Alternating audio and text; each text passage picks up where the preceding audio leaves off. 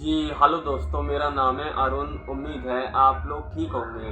दोस्तों, बिहार में अगले साल विधानसभा चुनाव होनी है और इसे लेकर पूर्व केंद्रीय मंत्री और राष्ट्रीय लोक जनशक्ति पार्टी के प्रमुख पशुपति पारस ने एनडीए की टेंशन बढ़ा दी है। उन्होंने कहा है यदि गठबंधन में उन्हें उचित सीटें नहीं मिलती हैं तो वो अकेले चुनावी मैदान में उतरेंगे और अकेले सभी 243 सीटों पर अपने उम्मीदवार उतारेंगे।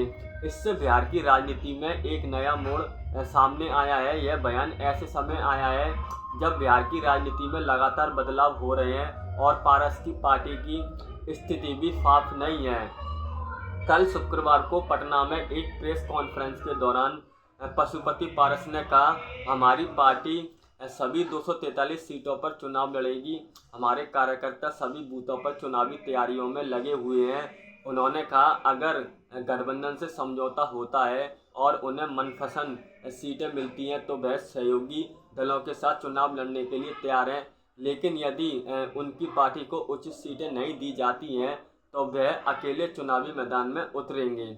पशुपति पारस रामविलास पासवान के छोटे भाई हैं।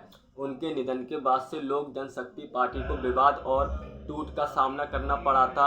रामविलास पासवान के बेटे चिराग पासवान और पशुपति पारस भले ही पार्टी तोड़कर अलग अलग हो गए, लेकिन दोनों नेता एनडीए गठबंधन के सहयोगी हैं। पशुपति पारस ने 2021 में लोजपा के अध्यक्ष पद पर कब्जा किया और केंद्र सरकार में मंत्री बन गए थे।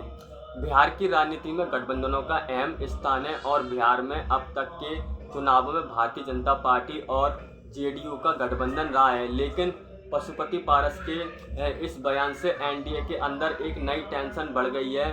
बीजेपी की सहयोगी पार्टी होने के बावजूद पशुपति पारस का यह रुख बताता है कि वो बिहार में बीजेपी गठबंधन से खुश नहीं है और किसी भी समझौते के बिना चुनाव लड़ने के लिए तैयार हैं। अब आगे पता चलेगा कि पशुपति पारस के इस बयान का बिहार के सियासी समीकरण पर क्या असर होता है और भारतीय जनता पार्टी बिहार में अपने सहयोगी दलों के साथ कैसे तालमेल बैठाती है, क्योंकि बिहार में भी अब जल्द ही चुनाव नज़दीक आते जा रहे हैं। Thank you.